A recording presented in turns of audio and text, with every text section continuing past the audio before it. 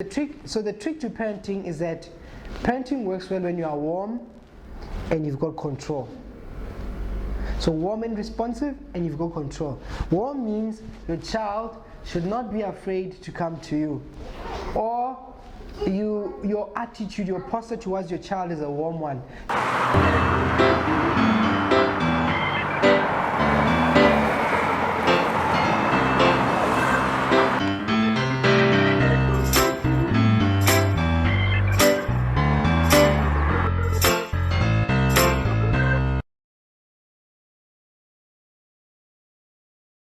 Various ways of parenting. We've got an authoritarian style of parenting. We've got an authoritative style of parenting. We've got a permissive style of parenting, and we've got parents who are neglectful or uninvolved. But the trick is here.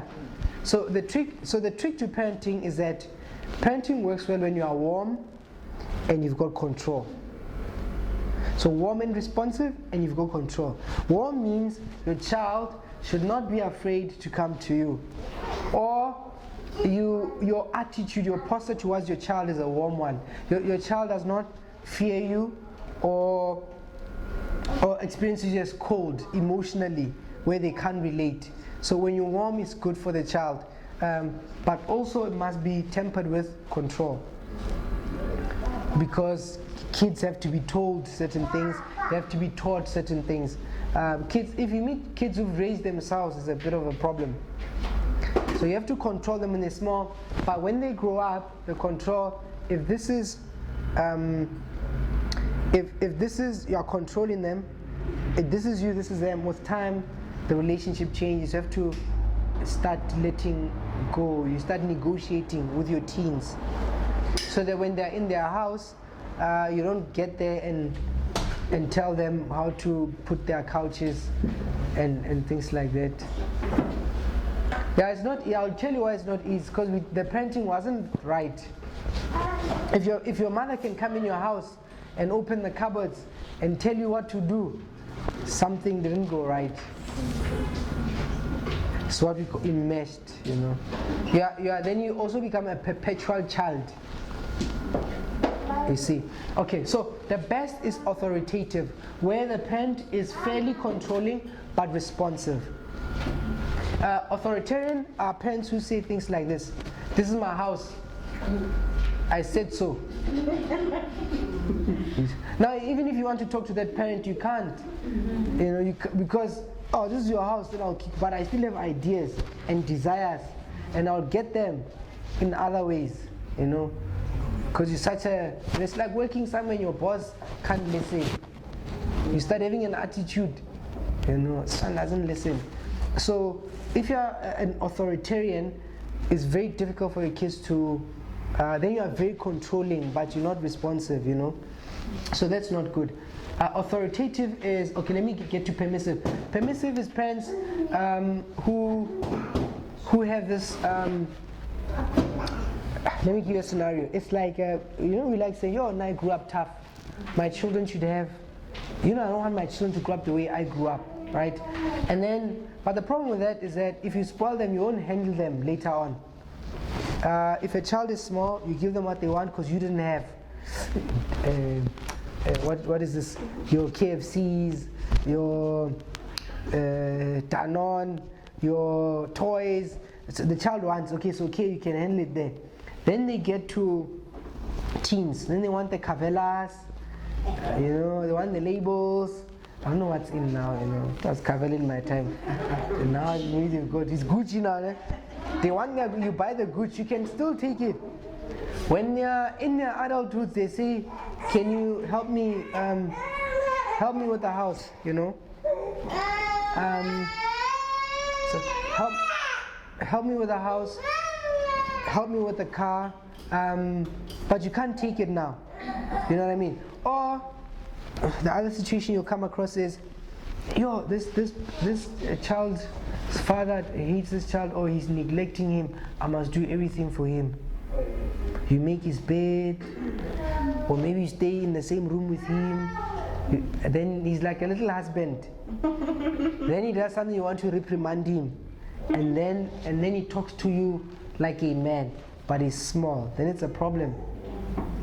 Because you permitted certain things, now you want to change because the visitors have come. You want to be strict and proper. It's, so kids need a bit of structure and control. Neglectful, yes. But with the various ways, I think maybe it comes with the years. Because in the olden days, the authorization, that's the first one. Authoritative. Yeah, authoritative. I think, especially with me, yes. There's always like that. Yeah, it's my house. Yeah. You're going to do what I say. Yeah. So, but I think we also, yeah. These days, these kids, spoiled. Yes, remember, everything with time changes. It's just like even love. Before, people used to marry not for I want to be happy is what people say. Now I want to be happy. People used to marry just for duty. I remember I grew up, this is what a man does, he marries, finds a woman he marries. And they stayed. Then came a time where, no, we must marry for love. No, we can marry, must marry for somebody I love. It's that generation. Now, he must be my friend. My friend, my soulmate, must provide, must everything. Now one person must give you everything that the community used to give you. It's the times. And so even kids now, it's not going to fly if you say to a child, don't do this. They'll ask you why. Because even the curriculum is about critical thinking. So they teach them how to question. Even the teacher will be saying, don't just swallow, ask. Now you go home, they say, why can't I do this? Why can't I hang out with my friends? And then you say, because I say so. That's not an answer. Doesn't make sense. Why? Reason with me. Tell me, The other one is, if you're a church person, now you guys are always going to church. Then you say to the child, they must believe or they must go, or you want to do some traditional thing. Then the child says, why? Then you say, no, because. It's not an answer. You must, because they want you to explain. You must explain. So you are right that generations go in that way. So even now, if you hit a child, they'll call, what's this? They'll call the people on you. You beat them, they call. I forgot the number. They'll come and get you here that you beat them. So now it's actually better to reason. And also, we'll talk about discipline a bit later. But it's better to be warm and responsive to children. And then remember, you also influence them by modeling. In fact, a lot of the careers that we do actually come from our parents. Even if I ask what the line you're in, you find that somehow your parents were in that line. Who's like that? Who's in a line where it can be like a variation. My mom is a nurse in psychology. Maybe somebody was in business, maybe you're an accountant. But your family does influence you. So it works that way. But right now, it's not going to work with kids like, because I say so. Because I say so is not going to work. Even if they agree, so the risk you run is this. If they agree, they are going to become passive-aggressive, or they're going to lie to you. Yes. They'll just agree, but in the corners. Hence, I say they'll become two kinds of people, where they just comply, but even beatings, they only work for a while. So you beat a child. Remember, as you're beating them, some of them are thinking, when I grow up, I'm also gonna get you. Oh. No, they think like that. I'll get you. Some kids, you'll be hit. You'll see the look. That if this is my.